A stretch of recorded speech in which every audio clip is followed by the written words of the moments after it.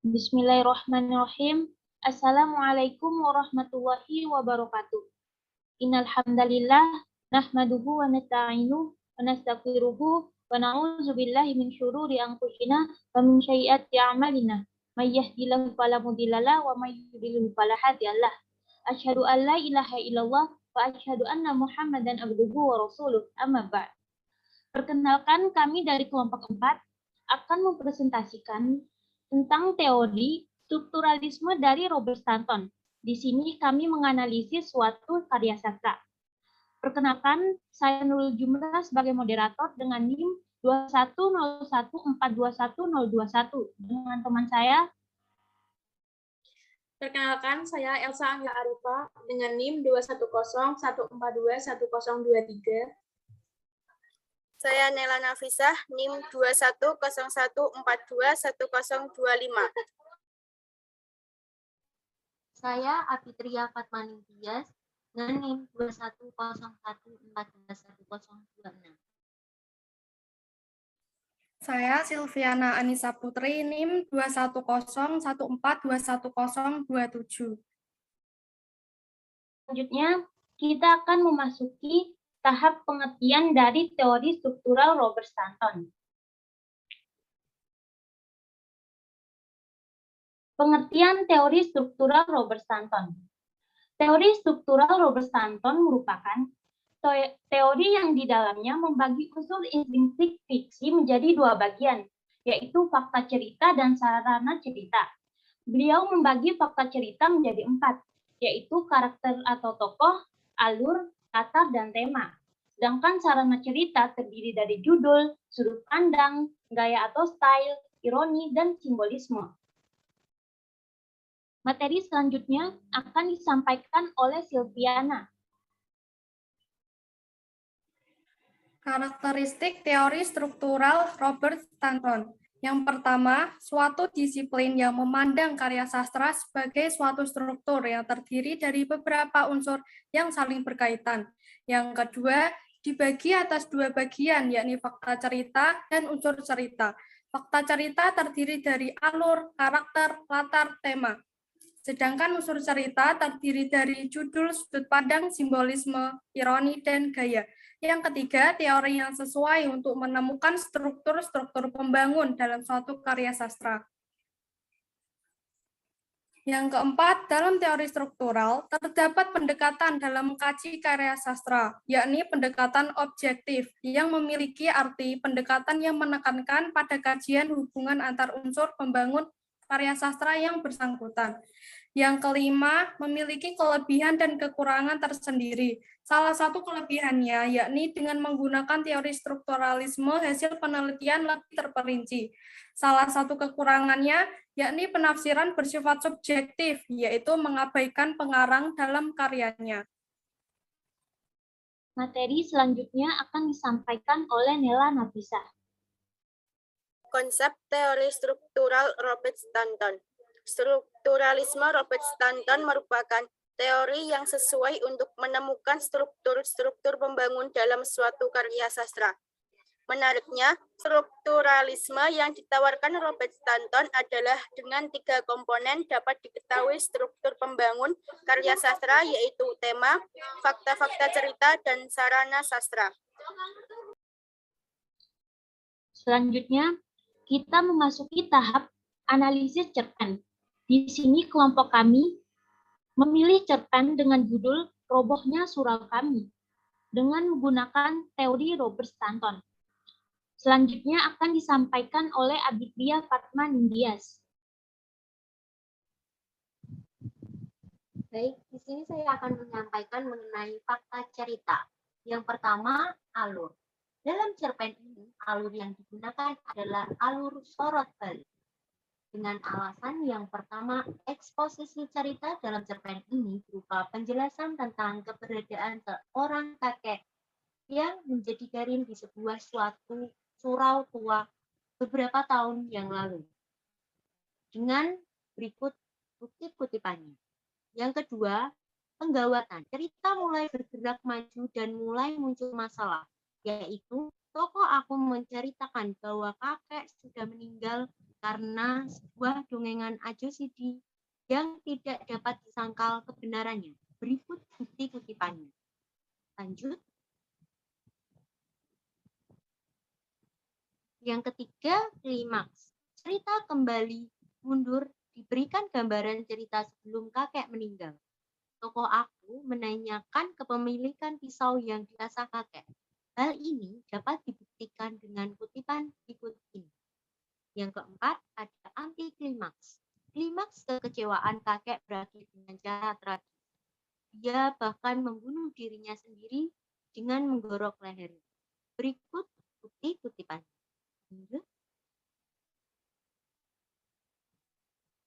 Yang terakhir adalah penyelesaian.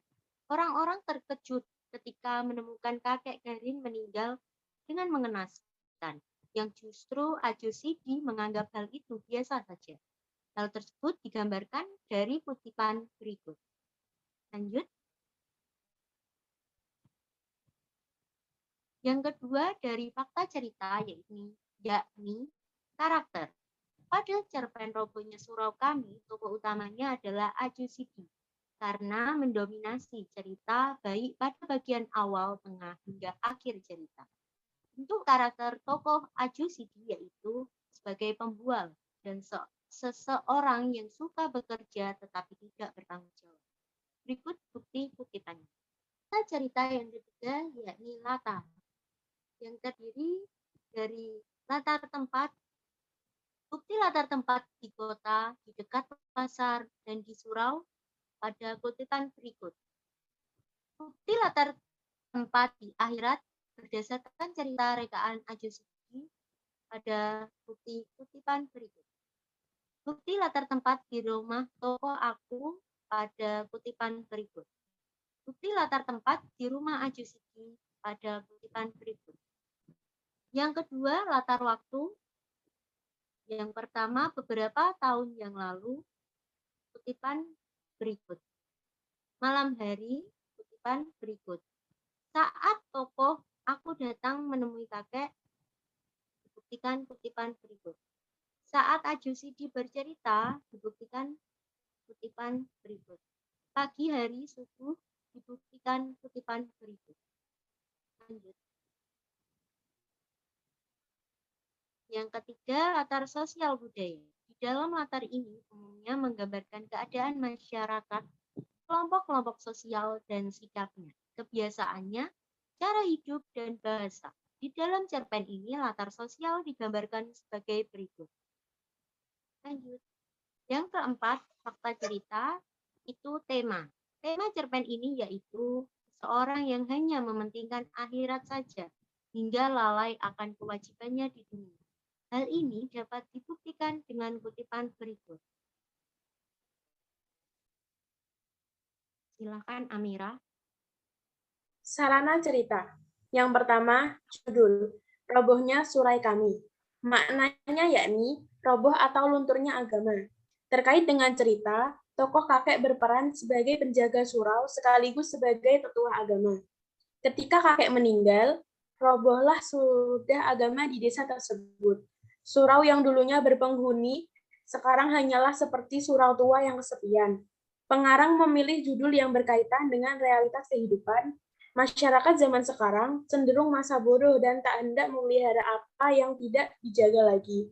Masyarakat zaman sekarang tidak menjaga pondasi agama dengan baik, sehingga menyebabkan keimanan mereka mudah rusak. Yang kedua, sudut pandang. Orang pertama, pelaku sampingan. Pengarang sebagai tokoh utama, sebab secara langsung pengarang terlibat dalam cerita. Berikut kutipannya. Namun, pengarang juga berperan sebagai tokoh sampingan. Ketika kakek bercerita tentang Ajo Sidi di depan tokoh aku. Setelah tokoh kakek selesai menceritakan tokoh Ajo Sidi, kedudukan pengarang kembali ke posisi awal cerita. Berikut kutipannya. Lanjut. 3. Simbiolisme. Cerpen Robohnya Surai Kami memberikan gambaran tentang robohnya atau runtuhnya keimanan pada masyarakat sekarang. Pengarang ingin memberikan gambaran mengenai kehidupan masyarakat pada zaman sekarang melalui cerita dalam cerpen ini. Banyak masyarakat yang hanya mementingkan akhirat saja, tanpa mempedulikan urusan duniawi. Akhirnya, mereka akan sengsara di akhirat, seperti yang diceritakan oleh tokoh Ajosidi melalui tokoh Haji Soleh. Begitu pula dengan tokoh kakek, karena imannya yang berkurang kuat, sehingga ketika disindir Ajosidi melalui cerita rekaannya, kakek justru merasa tercekam dan konflik tersebut dan memilih mengakhiri hidupnya dengan cara menggorok lehernya dengan pisau yang diasahnya. 4. Ironi. Dalam cerpen robohnya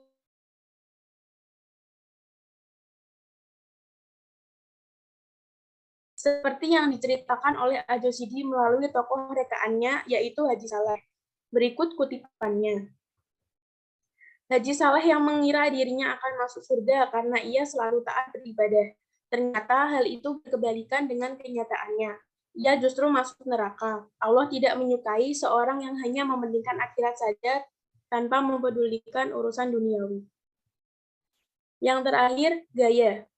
Gaya yang digunakan dalam cerpen ini mengarah pada penggunaan majas. Majas yang digunakan dalam cerpen diantaranya majas perumpamaan, yaitu jenis majas alegori, karena di dalam cerita ini menggunakan perumpamaan atau kiasan, yakni cerita tokoh Haji Saleh dan kehidupan di akhirat, atau lebih tepatnya menggunakan majas parabel. Majas ini merupakan bagian dari majas alegori, karena majas ini berisi ajaran agama, moral, atau suatu kebenaran umum dengan menggunakan ibarat. Majas ini sangat dominan dalam cerpen ini. Selain majas alegori atau parabel, pengarang pun menggunakan majas sindiran, jenis majas sinisme seperti yang diucapkan aku. Berikut kutipannya. Dengan majas demikian, penggunaan majas-majas itu mengingatkan atau menasihati sekaligus mengajak pembaca atau masyarakat. Berikut sumber informasi dari materi yang kami sampaikan.